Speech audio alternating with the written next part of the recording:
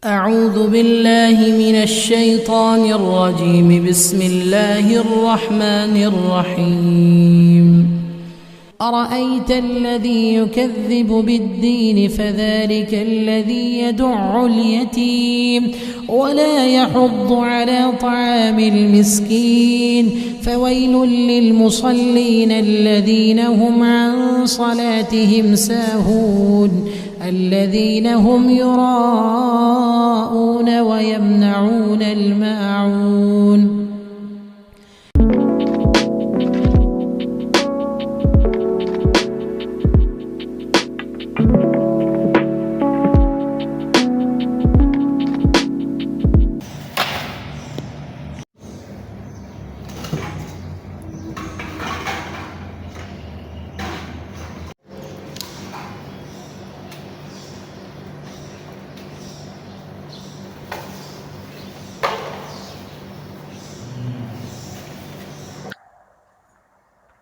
Dia macam orang dalam surah Al-Ma'un tu lah.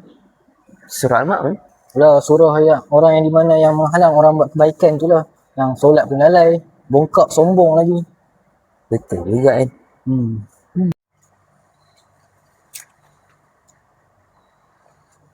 Asal ingat kau baik sangat ke? Ha? Nak pahala? Ni bukan soal pahala. Ni soal sebab tanggungjawab kepada manusia. لا إله إلا الله لا إله إلا الله لا إله إلا الله ما لنا رب سواه لا إله إلا الله لا إله إلا الله لا إله إلا الله ما لنا رب سواه. Assalamualaikum warahmatullahi wabarakatuh. Assalamualaikum warahmatullahi wabarakatuh. ربنا رب القلوب وهو علام.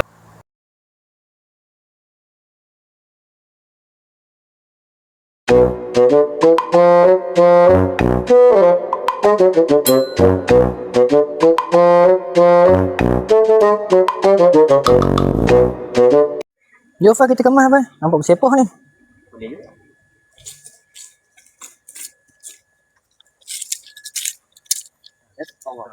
Masih lagi. Allah mengerti tak cik? Korang buat apa ni? Kemas-kemas ni? Ha?